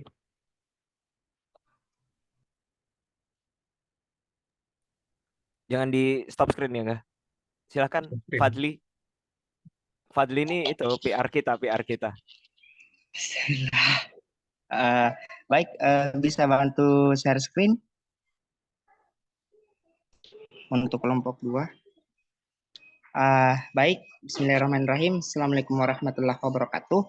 Jadi hasil dari diskusi kami terkait masalah peran swasta dan organisasi non-pemerintah dalam mendukung program air bersih, yaitu yang pertama, program funding untuk mengelola air bersih menggunakan dana CSR secara long term dan melakukan kolaborasi dengan NGO, di mana mengelola air bersih ini perlunya dilakukan karena air bersih juga ini berperan penting untuk mencegah terjadinya angka-angka stunting di Indonesia. Selanjutnya ada standar baku mutu AMDAL. Terus ada selanjutnya kenapa ada bakteri E. coli yang kemungkinan adanya limbah manusia, maka harus ada jarak antara sumur galian dan tempat buangan dari limbah masyarakat. Baik Kak, izin menjelaskan di sini ada beberapa faktor, yaitu faktor filterability, yaitu filtrasi air akan lebih sulit dilakukan dan membutuhkan biaya yang besaran apabila kekeruhannya tinggi, yaitu adapun pada air yang keruh banyak terkandung organisme berbahaya, di antaranya itu yang tadi limbah yang tersembunyi pada proses disinfeksi. Satuan kekeruhan yang biasa digunakan sebagai berikut, yaitu M miligram garing SiO2 atau satuan standar sama dengan satuan unit turbiditas. Atau lanjut di NTU, Nepelometric Turbidity Unit, atau batas maksimal yang diperbolehkan oleh US Environmental Protection Agency adalah 0,5 atau 1 unit kekeruhan NTU. Dalam batas ini air boleh digunakan sebagai air minum. Selanjutnya atau GTU, Jackson Candle Turbidity Unit, yaitu sebesar 40 NTU atau 40 GTU, atau Sevier dan McCarthy 1978, dan selanjutnya FTU Formazine Turbidity Unit. Terus yang selanjutnya itu ada pengelolaan hasil limbah yang baik agar air tidak tercemar.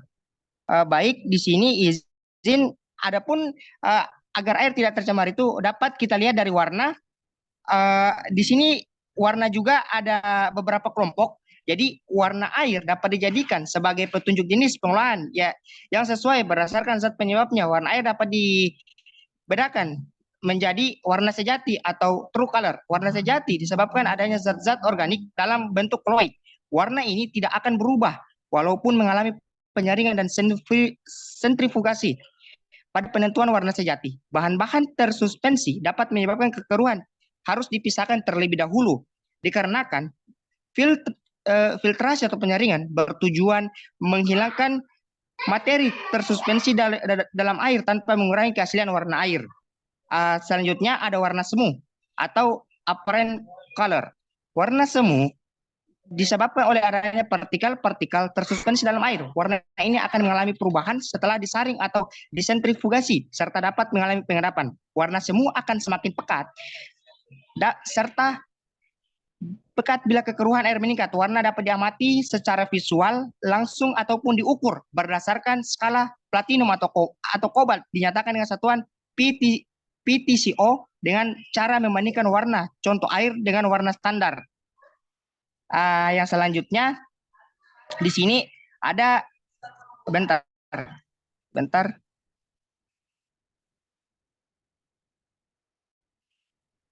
Kak.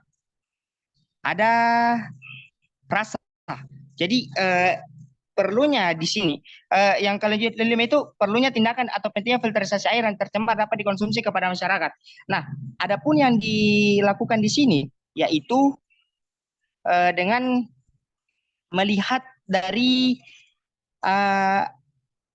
fisik atau pengelolaan fisik, yaitu parameter fisik kimia dan bakteriologi air tanah yang diuji, yaitu parameter fisik. Berikut adalah penjelasan, yaitu suhu, bau. Air merupakan air minum yang berbau dapat memberikan petunjuk terhadap kualitas air. Misalnya, bau amis dapat disebabkan oleh adanya algae dalam air tersebut berdasarkan keputusan Menteri Kesehatan Republik Indonesia nomor 907/Menkes/SK/7/2002.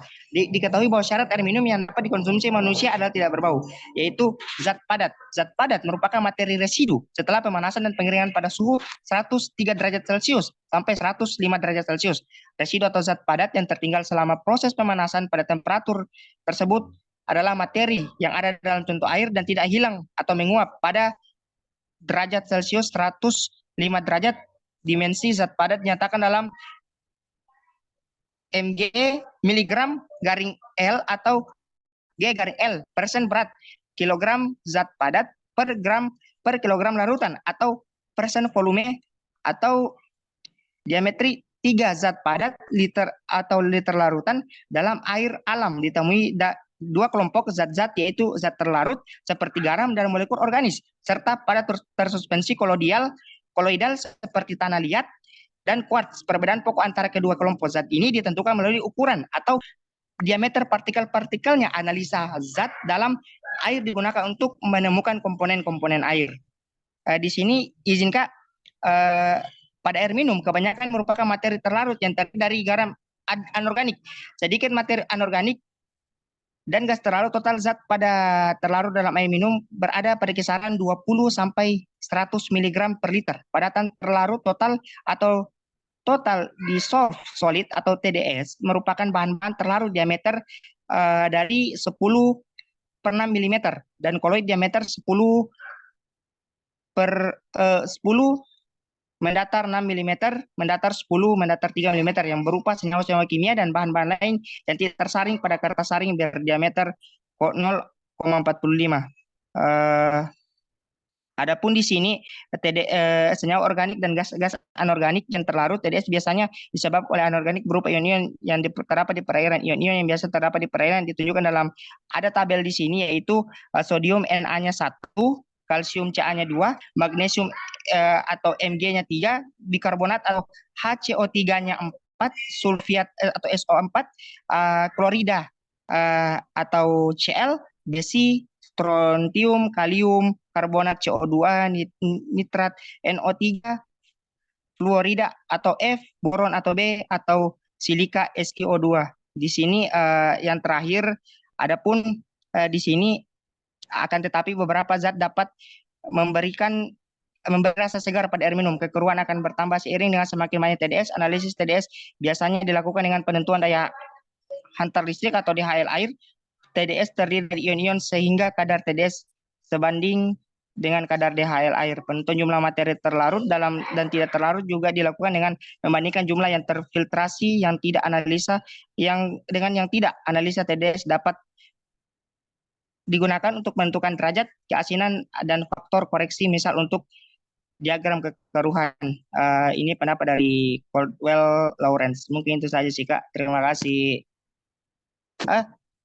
Di sini masih ada lagi, sorry.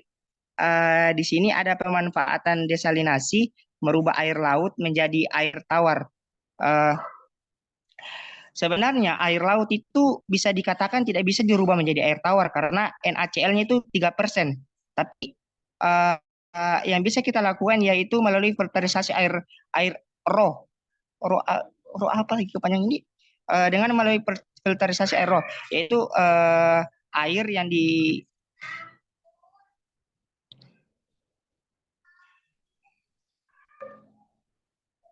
dikatakan di sini air laut mempunyai sifat asin karena mengandung NaCl. Kadar garam dari air laut 3%. Keadaannya maka air laut tak memenuhi syarat air minum. Selanjutnya filterisasi air tawar agar dapat dikonsumsi dan terkontaminasi banyak stakeholder yang harus digabungkan. Di selanjutnya kualitas air Indonesia harus memenuhi standar WHO dan memang standar kualitas air Indonesia ini harus memenuhi standar WHO. Jangan samakan Indonesia dengan Singapura yang bisa meminum airnya dari keran. Singapura itu negara yang sudah bisa dibilang negara maju kan negara berkembang. Jadi masyarakat di sana dapat air bersih di sana bisa dibilang sangat bersih karena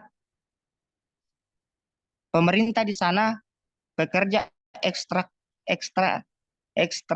keras dalam pemenuhan air bersih di sana, di mana air bersih di Indonesia bisa dibilang dari PDAM itu perusahaan air minum ada yang bilang bisa diminum, nah yang tidak. Kalau menurut saya tidak bisa diminum karena dapat kita lihat bahwa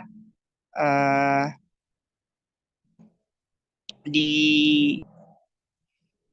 PDAM airnya itu bisa dibilang sangat bau dan kaporitnya juga terlalu banyak sehingga tidak bisa diminum atau dikonsumsi.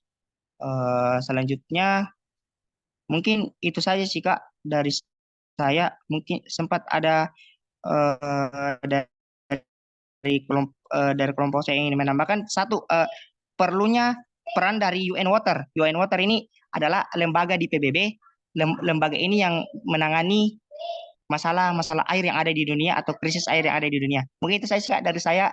Mungkin ada tambahan dari kelompok 2 yang ingin menambahkan, saya persilahkan. Terima kasih atas waktunya. Oke, terima kasih banyak abangku. Lah.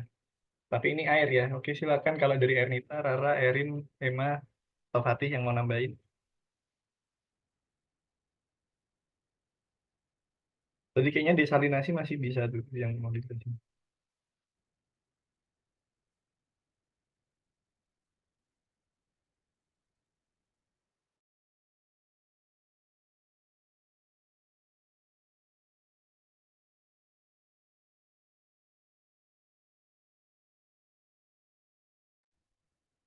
Kalau nggak ada kita buka diskusi umum kali ya, enggak? Mungkin 10 menit gitu bisa.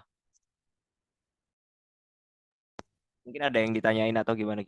Tadi kalau dari kelompok itu ada pengalaman itu contohnya kayak Rara yang masalahnya kemarin airnya itu tercemar gara-gara ada apa namanya? Ada pertambangan emas gitu. Jadi airnya terkontaminasi, nggak ada air bersihnya gitu, terkontaminasi zat gitu. Habis itu tadi juga ada ini masalah desalinasi ya, desalinasi. Arin juga pernah liburan, katanya di Indonesia udah ada desalinasi itu apa namanya di Kepulauan Seribu gitu. Kalau benar habis itu Arin juga pernah ke situ, terus kalau dia mandi habis itu air panasnya katanya bau air telur busuk gitu dan gimana gimana gitu. Mungkin ada yang tahu gitu mungkin. Kita emang baru buang limbah telur busuk kali di air.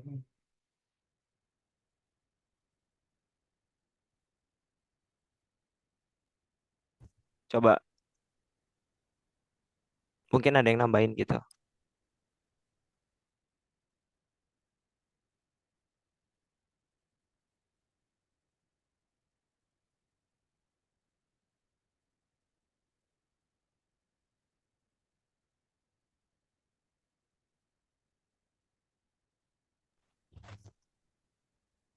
Gimana enggak? Coba dibuka diskusinya enggak?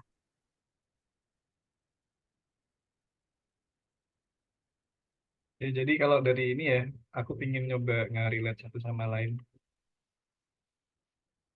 Oh iya, sebelumnya selamat berbuka buat rekan-rekan sobat Yoi di Wita ya, yang udah jamnya.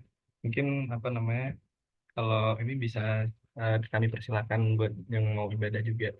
Oke, terus tadi terkait dengan relation antar ini ya, antar poin-poin yang kita ini ya. Ini kan kita pingin kayak supaya bisa terintegrasi gitu kan dari awareness. Kita mulai dari si karakter air ini sendiri seperti apa. Kemudian selain dari karakter air, karakter apa namanya stakeholder dan sekaligus konsumennya si air itu seperti apa, sehingga kita harus bisa rumuskan nih kira-kira gimana cara buat um, encourage untuk engage dan kemudian juga nanti itu untuk apa namanya outputnya itu sendiri nanti bakal ada yang memang karena air ini sebagai hajat hidup orang banyak ya, jadi mungkin nanti akan secara masif dan dominan itu mungkin bisa dari pihak government serta beberapa stakeholder seperti swasta dan NGO. Namun sementara kalau dari yang output lainnya itu kita juga bisa menentukan dari si ininya sendiri ya, maksudnya teknologi ya. Ini kan kayak teknologi kan mungkin ini ya berawal dari satu orang, tapi betapa briliannya bahwa misalkan dari satu orang ini nanti akan yang misalkan menuju ke satu komunitas, kemudian menuju sampai lingkup yang lebih besar satu Indonesia ini itu nanti akan ibaratnya kayak oke mereka yang punya influence yang dominan, tapi kita di sini punya andil yang sangat besar untuk menentukan influence tersebut gitu. Nah, jadi kan tadi mungkin ini cuma tambahan-tambahan aja ya kayak yang di bawah-bawah itu, tapi apa namanya terkait dengan gimana kita mengutilize dari apa yang kita punya dari limited resource supaya gimana eh, tapi limited resource tapi tetap unlimited innovation gitu, unlimited creativity. Jadi bisa aja misalkan resource-nya emang kecil gitu akhirnya, atau mungkin teknologinya masih kecil gitu. Nah itu gimana supaya misalkan kita bisa apa namanya menginvolve dari pihak swasta atau mungkin investor gitu. Mungkin ngasih insight ya. Oh boleh sekali. Oke, masa nggak boleh sih, ya kan? Oh nggak boleh, nggak boleh. Anyway. Oke. Jadi sebenarnya kalau kita ngomongin air nih, tentu ada kalanya di beberapa daerah di Indonesia itu ada kekeringan kan, Sob. Kalau kita mau ngomongin air bersih, tapi sumber daya airnya aja sangat kurang, itu akan sangat tidak ada artinya gitu. Ya kan, masa kita pengen air bersih tapi airnya nggak ada gitu kan lucu banget gitu loh. Nah, jadi ada beberapa langkah tadi sebenarnya kan, mungkin ini juga terkait dengan APBN. Coba bisa di back nggak? Di back atau di next? Oke, nah ini kan ada kita kasih masuk PUPR sumber daya air gitu kan. Nah, peran PUPR ini kan sebenarnya kalau sobat-sobat lihat lebih banyak melakukan pembangunan dan infrastruktur, salah satunya bendungan ya kan.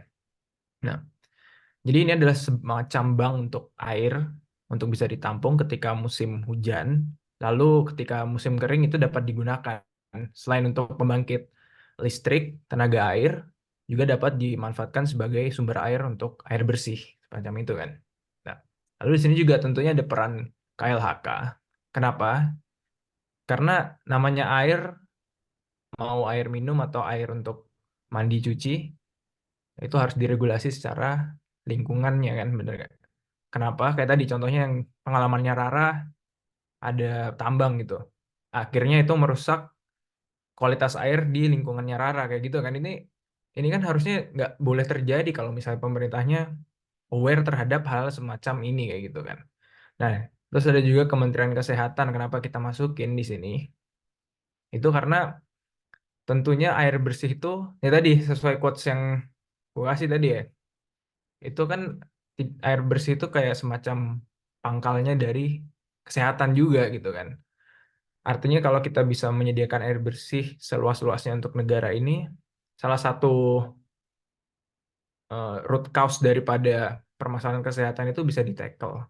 Kayak gitu. Jadi pada intinya adalah pemerintah ini juga sangat penting sekali nih Sob untuk bisa memberikan akses air bersih di antaranya air minum dan juga air untuk mandi kayak gitu kan. Mungkin kita yang saat ini lebih beruntung kayak gitu. Tapi banyak sobat teman-teman kita di daerah lain di Indonesia itu yang bahkan kesulitan air gitu. Bukan kesulitan air bersih ya, tapi kesulitan air kayak gitu. Itu mungkin sebagai reminder untuk kita bersama. Thank you, Sob. Terima kasih Kak Kevin Theodore untuk insight dan remindernya.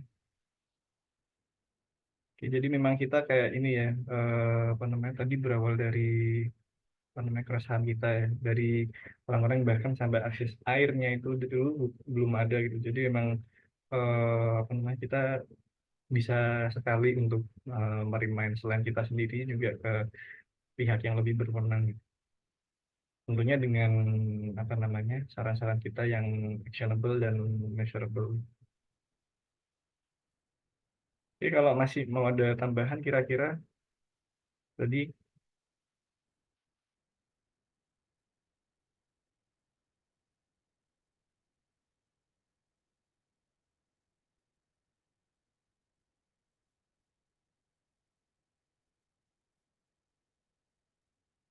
Oke, ini kalau berarti tadi sebenarnya apakah pengelolaan hasil limbah ini bisa hanya di take care oleh KLHK atau mungkin kayak Kemenperin punya andil nih Kak Kevin, karena kan pasti industri banyak yang ini ya, maksudnya kan Kemenperin pasti udah sangat banyak meregulate supaya limbahnya ini mungkin standarnya berapa gitu, atau yang dilepas ke laut berapa. Nah, terus ini gimana nih kira-kira biar ngontrol compliance dari si pihak swasta atau NGO ini?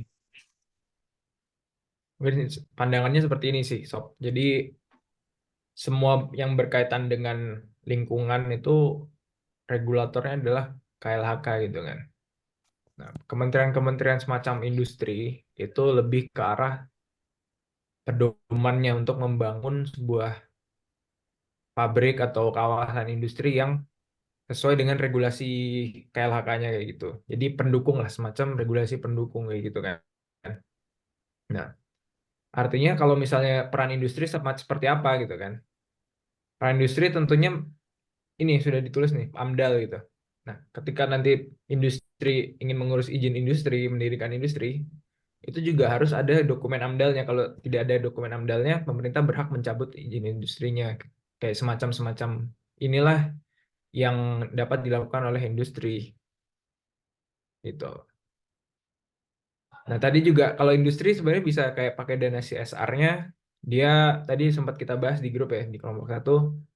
Kalau dia bisa aware terhadap lingkungan sekitarnya, atau mungkin staffnya yang dia kekurangan air bersih kayak gitu kan, dia mungkin akan mengalokasikan CSR-nya itu ke lingkungan sekitarnya yang tadi, atau bahkan ke lingkungan daripada staffnya yang ada di pabrik tersebut kayak gitu. Jadi peran-peran industri mungkin saat ini yang kupikirin semacam itu sih. So, thank you.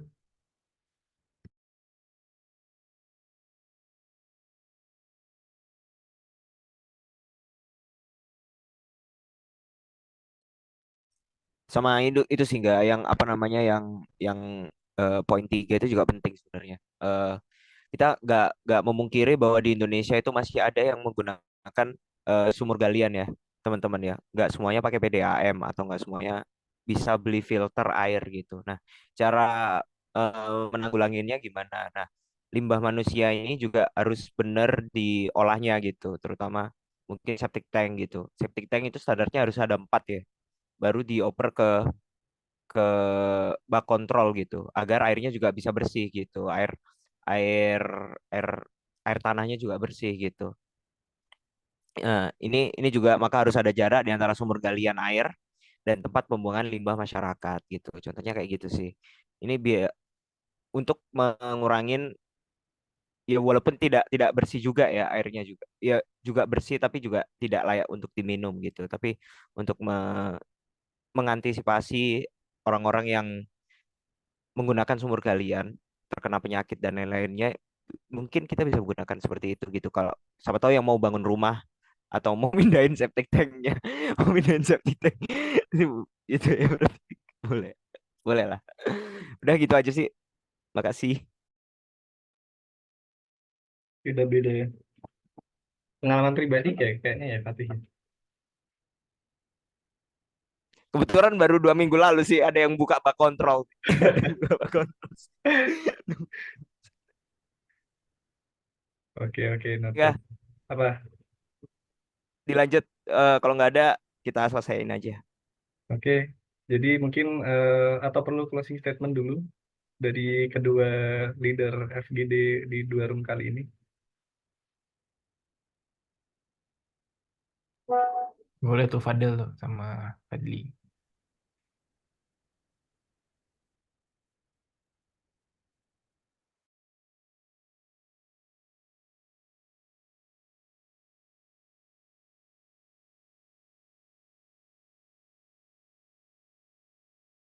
Nggak ada sepertinya, enggak.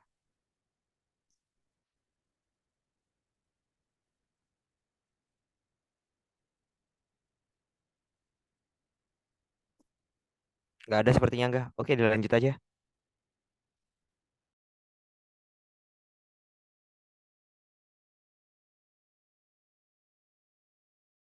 Enggak? Oke, makasih banyak buat sobat-sobat JI semua dan KPI kalau itu. Alhamdulillah ya berarti kita sudah cukup dapat kesimpulan di mana memang apa namanya, kalau kita pikirin tuh clean water access tuh kayaknya emang sebesar itu ya, sampai 130 triliun, bahkan ini katanya tadi masih berapa persen dari 1000 sekian triliun gitu. Terus juga ini juga yang pastinya adalah hak hidup orang banyak, satu Indonesia bisa 400-an juta orang. Dan dari langkah kecil, langkah yang terdetail, yang langkah detail inilah yang kita mulai dari awareness, kemudian sampai ke kebijakan yang menurut kita itu seperti harus gimana, kemudian collaboration antar stakeholder, sampai kita sendiri nih yang ngerancang nih kira-kira gimana sih, apakah kita bikin filtrasi, apakah bikin tata kotanya, atau apakah kita bikin mekanisme untuk dapat menginfokan kepada halayak yang lebih banyak gitu. Nah, jadi di sini kita udah sampai kesimpulan bahwa kita tetap akan berupaya terus ya. Jadi kayak misalkan nanti kita kan biasanya seperti biasa ya akan melakukan recap, kemudian di share poster. Boleh banget kalau dari sobat-sobat Yo ini misalkan mau di copy satu-satu nih boleh banget, atau mungkin disimpulkan piagamnya seperti apa. Nah, nanti juga dari langkah itu kita udah mencapai kesimpulan output yang pertama nih, awareness-nya dulu nih. Nah, nanti misalkan sampai di mungkin kalau ada orang KLHK yang notice, nanti itu berarti udah bisa sampai ke poin yang kedua, ya, seperti itu contohnya. Nah, terus kalau misalkan ada yang tertarik banget buat bahas yang ke poin 4 ini, nah nanti bisa dilanjut di grup aja ya, atau mungkin kita nanti bikin sebuah wadah tertentu, atau mungkin kita nanti akan carikan channel untuk yang misalkan ini tuh gimana sih kayak better gitu. Karena kalau misalkan di mesin dulu cuma belajar sistem instalasinya aja sih, bukan yang kayak air bersihnya gimana. Oke, eh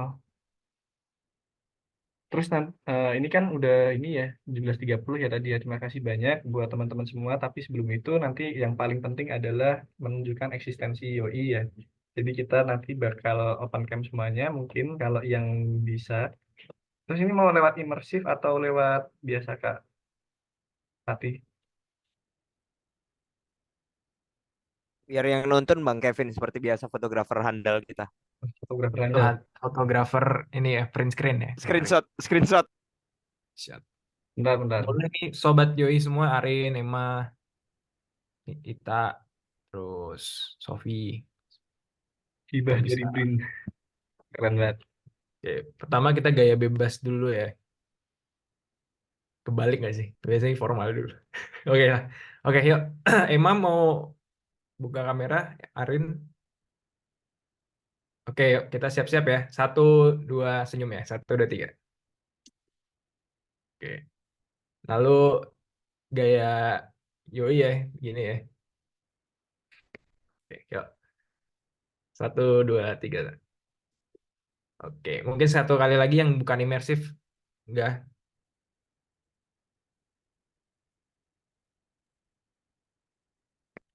Oke. Wih, rame, keren. 1, 2, 3.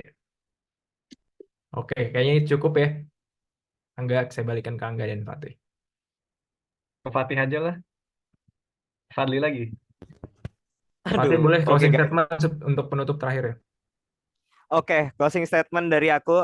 Aku sempat pernah ngerti filosofi gitu ya. Sempat ngerti filosofi bahwa air itu pemberian tulus dari Tuhan gitu. Jadi kita harus jaga baik benar-benar gitu air ini dan bisa diserahkan ke semua orang gitu. Maksudnya bisa tiap tetes air itu harus disebarkan luas ke setiap komponen masyarakat gitu. Jadi udah gitu aja. Terima kasih udah datang teman-teman. Baik untuk Mbak Baik ini terima kasih udah hampir ke Yoi. Sangat sangat insightful juga. Nanti Iya. kapan-kapan ada mampir lagi. Next kita bakal ada debat tentang prostitusi, teman-teman. Jadi datang akan seru banget sama di jam yang sama. Jadi terima kasih udah datang. Boleh live. Selamat berbuka puasa ya teman-teman ya. Buka puasa. Untuk yang Makasih. ya Makasih happy Sunday. semuanya. Ada Nah, see you. Jangan lupa absen yang belum ya.